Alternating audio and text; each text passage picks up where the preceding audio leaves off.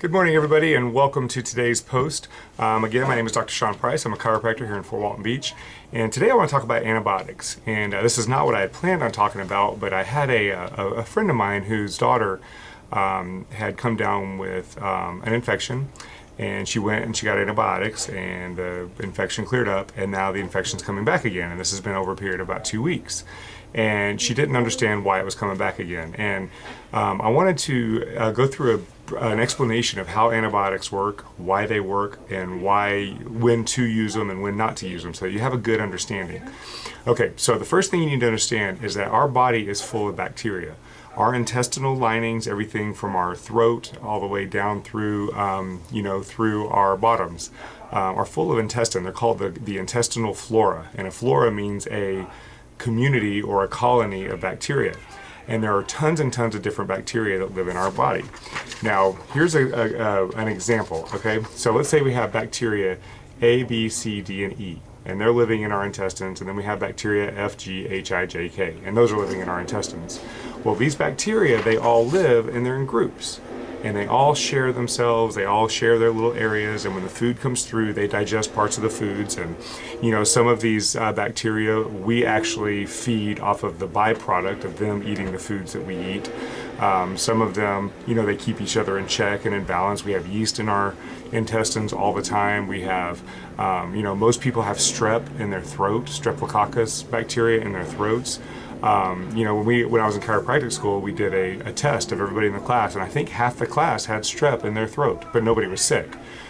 So the purpose of this, me telling you this, is that all these bacteria live in our intestines and in our bodies, and they keep each other in check. They're all in balance. But sometimes something will happen. For example, if we eat too much sugar, the yeast, which is actually a fungus, but the yeast will become overgrown, and we'll get into a yeast infection, or we'll get different things like that. Or it might feed a certain type of bacteria, and that bacterial might, its colony size might increase to where we get into an infection situation. And our body recognizes these situations, and usually it starts to fight it off using white blood cells and different immune functions. But what we tend to do, and the fevers, and if we have bacterial infection causing a cold, our mucus production, all these things that our bodies do, the immune functions are designed to get these bacteria back in check. But what we tend to do as a community, and this is a mistake in my opinion, is we go to the doctor as soon as we get a sore throat, or as soon as we get a runny nose, or as soon as we get a slight fever. We're running to the doctor to take something to suppress these symptoms. So we take a fever reducer, then we lose the fever, the bacteria continues to grow. We take a mucus reducer, we start allowing the bacteria to continue because the mucus is part of the body's way of getting it out. If we take an antibiotic, here's what happens. Okay, you've got gram-positive and gram-negative bacteria. What that means is basically when they take a swab or they take a sample of this bacteria and they put it onto a petri dish to test it, and then they put a dye in it, and if the dye turns a certain color, based on what it does, it's determined to be gram-positive or gram-negative. Now, when you go to take an antibiotic, there are 3 different types. There are gram-negative specific antibiotics, there are gram-positive specific antibiotics, and there are broad-spectrum antibiotics. A lot of times what we're given is broad-spectrum antibiotics. Well, what does a broad-spectrum antibiotic do? Well, let's say that bacteria A is the one that's become overgrown, and that's the one that's causing our infection. When you take a broad-spectrum antibiotic, it affects all of your bacteria. Okay? So you wipe out the big part of A, but you wipe out some of B and some of C and some of D and some of E and F and G.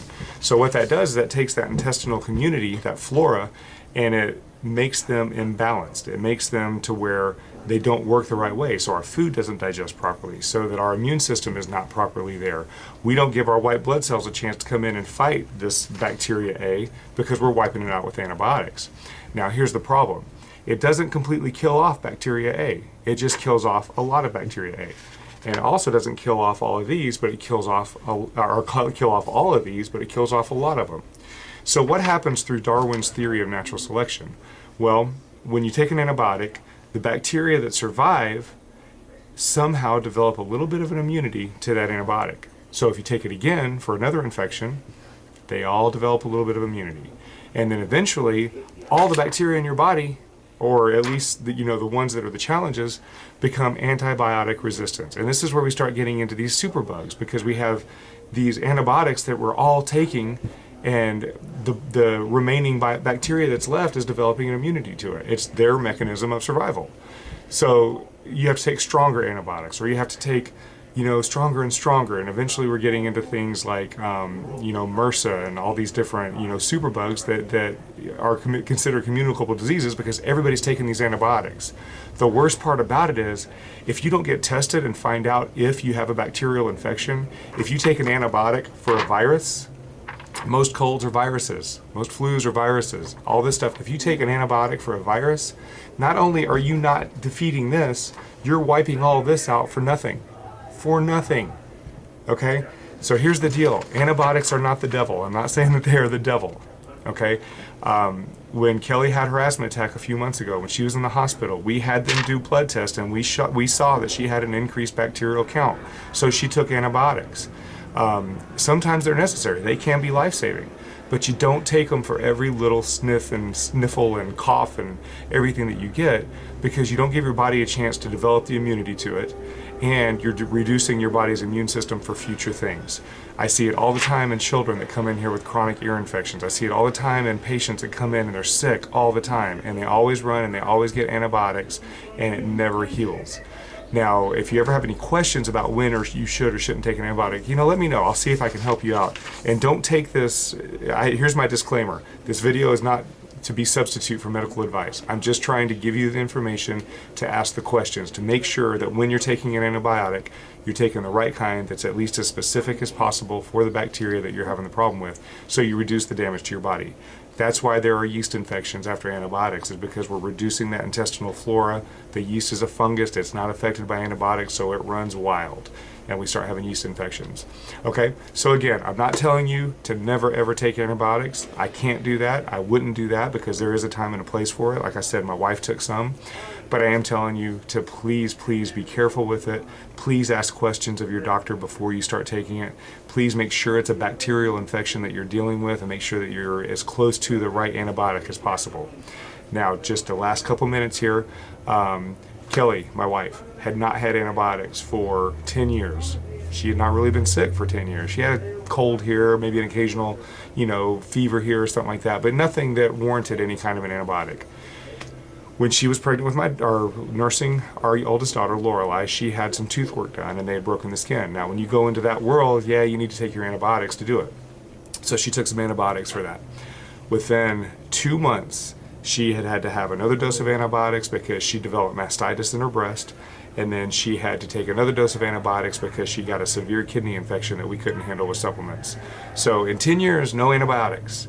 As soon as she got antibiotics, within a 3 to 4 month period, she had to go through 3 doses of antibiotics. And that's the way this works. It's a constant chain. So please take this into consideration. Please don't run and get antibiotics every time you get sick. And again, consult with your doctor to make sure you're taking the right stuff. Okay, take care. Have a great day. Bye-bye.